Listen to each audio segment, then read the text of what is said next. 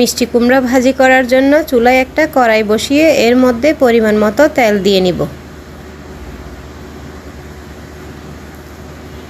এখন রসুন কুচিগুলো দিয়ে দিব,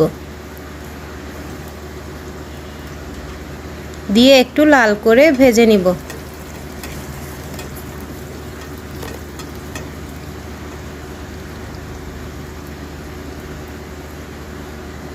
এবার কেটে রাখা পেঁয়াজ কুচিগুলো দিয়ে দিব, দিয়ে আবার লাল করে ভেজে নিব।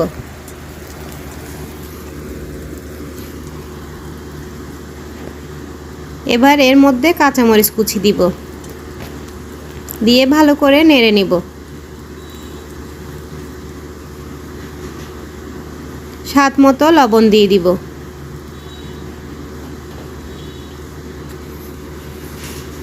সামান্য হলুদের গুঁড়া দিব,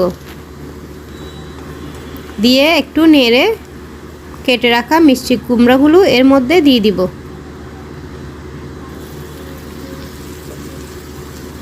এভাবে মিষ্টি কুমড়া ভাজি করলে আমার অনেক ভালো লাগে। আপনাদের কেমন লাগে কমেন্ট বক্সে জানাবেন।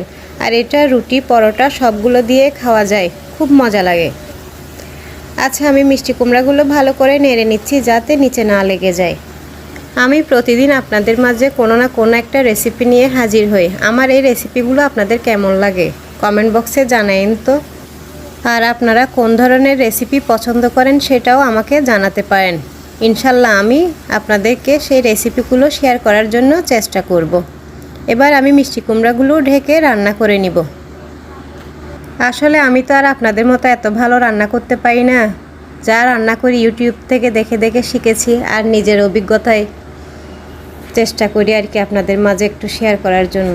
আসলে হয়েছে কি, আমি যখন আপনাদের রান্নাগুলো দেখি তখন চিন্তা করি আমার রান্নাগুলোর সাথে আপনাদের রান্নাগুলো তেমন একটা মিল নেই। আমি চট্টগ্রামের, সেজন্য আমরা যেভাবে খাই ওভাবেই রান্না করি। আচ্ছা যাই হোক, এখানে আমি 1 চামচ চিনি দিয়ে নিয়েছি। মিষ্টি কুমড়ায় চিনি দিলে মিষ্টি মিষ্টি ভালোই লাগে খেতে। চিনিটা দিয়ে ভালো করে নেড়ে নিব। মিষ্টি কুমড়াগুলো নাড়তে নাড়তে আরেকটা কথা মনে পড়ে গেল। অনেক আপু কমেন্ট করে বলে আমি নাকি কাঁচা মাছ রান্না করছি। আচ্ছা, মাছগুলো যখন চুলায় বসাই তখন কি কাঁচা থাকে? হয়তো হ্যাঁ, বলেন যে আপনারা মানে মাছগুলো আমি ভেজে কেন রান্না করি না। সব মাছ তো আর ভেজে রান্না করলে মজা হয় না। ওই জন্য টাটকা মাছ যখন এভাবে রান্না করা হয় তখন সেটার স্বাদটা আলাদা থাকে। আবার আমার কথাগুলো কেউ মনে কষ্ট নিয়ে না, আমি কেউকে আসলে কষ্ট দেওয়ার মতো বলিনি। আপনাদের মাঝে যেই প্রশ্নটা ছিল ওই প্রশ্নটা আমি আপনাদেরকে ক্লিয়ার করে দিয়েছি। আচ্ছা, আমার মিষ্টি কুমড়া রান্নাটা হয়ে গিয়েছে। আর আপনাদের যদি কোনো সমস্যা থাকে আমাকে কমেন্ট বক্সে জানাতে পারেন। ইনশাল্লাহ আমি